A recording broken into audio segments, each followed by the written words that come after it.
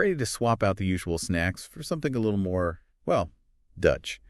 You sent in your top 10 typically Dutch foods, and we're ready to dive in. We're talking about a deep dive here, like a culinary trip without the plane ticket. This list you sent, it's really like a mini tour of Dutch culture. It's not just about the food, right? Yeah, for sure. It's the stories behind the food, Yeah. you know? Those humble beginnings, global influences. Yeah. We see that Dutch knack for just making the everyday a little bit extraordinary. Okay, so first up, let's talk stroopwafel. Close your eyes for a second and imagine. Warm, gooey caramel. Yeah. It's nestled between these two crispy wafers. Oh, and don't forget that amazing smell of cinnamon. These little treats, believe it or not, started out in Gouda. Really? Yeah. Resourceful bakers, leftover crumbs. Who knew that would become a national treasure? Our source had a really good pro tip. Take that stroopwafel experience to the next level. Take a stroopwafel, put it on top of your hot coffee or tea, that warm caramel. Pure magic, apparently. Oh, yeah. And they also highly recommend it if you can go into like a local market. Try a stroopwafel fresh off the griddle. Oh, I can almost picture it now. You know, the charming market stalls, the aroma in the air. That's what makes discovering new cuisines so fun. Speaking of experiences, Yeah. next on the list, I'd say less of a snack, more of a rite of passage. Herring. Now, before you say raw fish, not for me, Yeah. hear me out. Herring actually has a very mild flavor. It's delicate. It's best, though, during a very small window. So we're talking May to July. And this actually ties into its historical significance. Our sources described a technique. I don't even know if you can call it a technique. Hold it by the tail, tilt your head back. Just go for it. I love it. No forks, no knives. You know what I love about herring? It's that blend of history and just a touch of adventure. You're in the Netherlands, incredible maritime legacy, Yeah. herring fishing, big part of their golden age. You eat herring today, you're almost tasting that history. That is a great point. Mm. Okay, after a taste of the sea, let's go for some pure Dutch comfort food. Stamppot. Ah, yes, stamppot. If you are looking for the culinary equivalent of a warm hug on a chilly day, this is where it's at. So for anyone not familiar with this Dutch classic, picture this. Mashed potatoes, but not just mashed potatoes. We're talking creamy mashed potatoes blended with veggies. Could be kale, maybe some carrots, even sauerkraut. Don't forget the rookwurst. That smoky sausage just takes it to a whole new level. Of course, no two stamppots are exactly alike. Our sources mention that you'll find tons of regional variations, even modern twists. Think sweet potato, pumpkin, you name it. That's what I love. It just shows that Dutch spirit of resourcefulness, you know? Yeah. Simple seasonal ingredients create something incredible. And from hearty comfort food, we jump to something I think everyone listening thinks they know. Yeah. Pancakes. Yeah. Dutch pannenkoeken are in a league of their own. Oh, absolutely. Forget those fluffy stacks that we think of. Pannenkoeken are thin, they're almost crepe-like, and they're the size of a dinner plate. The size of a dinner plate? I know. Talk about defying expectations. And the toppings. The Dutch have pancake topping down to an art. We're talking sweet, savory, you name it.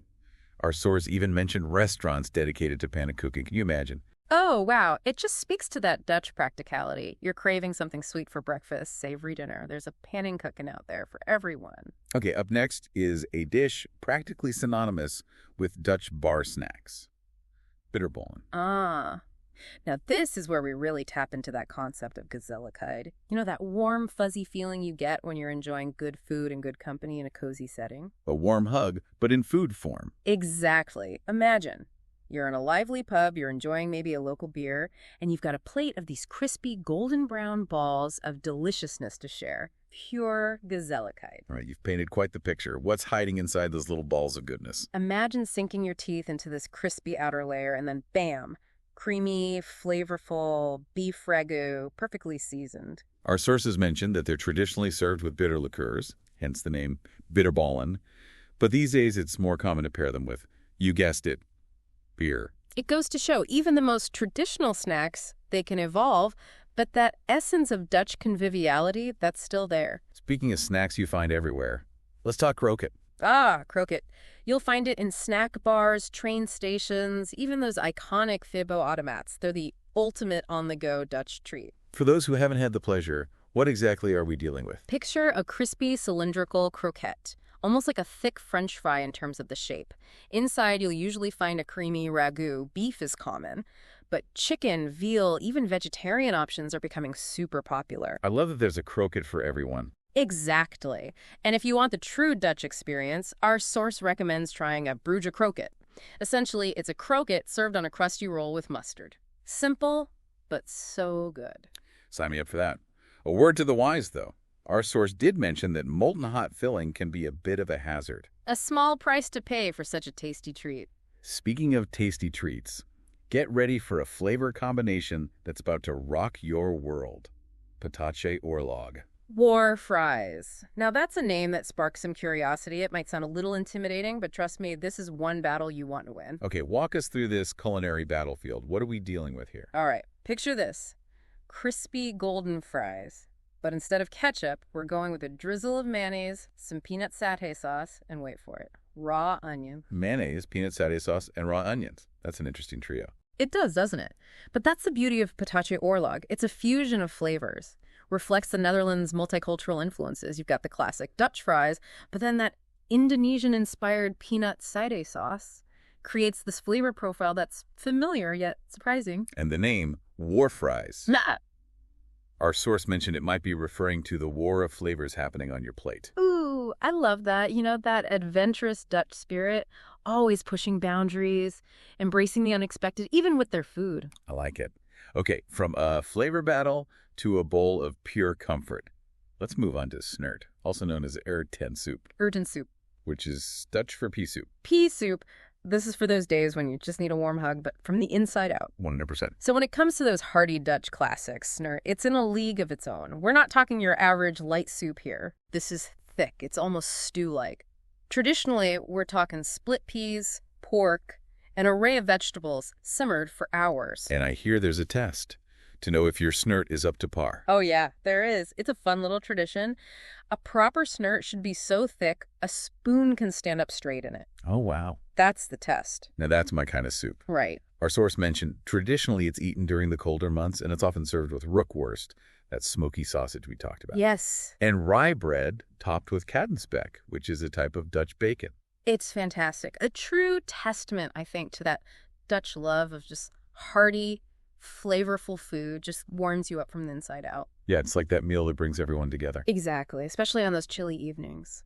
Speaking of bringing people together, up next we have huzarensalade, a dish that's practically a staple at Dutch gatherings. Oh, this is where we see that Dutch practicality shining through again.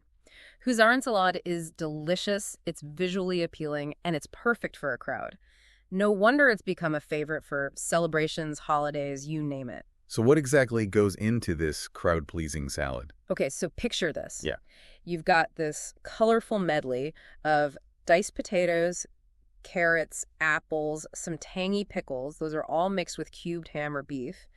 And then it's all brought together with a creamy mayonnaise dressing. Wow. It's that perfect balance of creamy, crunchy, sweet, and savory all in one bite. And the name itself has a kind of a cool story, right? It does. Legend has it that huzarensalade, it's actually named after the hussars. They were these light cavalrymen known for their, well, speed and agility. Yep. And they needed a meal that was both nourishing but also easy to transport. So they would chop up all these ingredients, mix them together, created this hearty salad that could withstand even the bumpiest of journeys. From a salad fit for a hussar to a treat that is sure to win over anyone with a sweet tooth.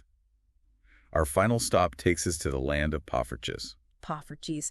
These tiny pancakes are just little bites of pure joy. They are. They might be small in size, but let me tell you, they are big on flavor. Right. They just capture hearts, stomachs, wherever they go. Our sources describe them as puffy, with this slight crispness. Dusted with powdered sugar and traditionally served with a dollop of melted butter.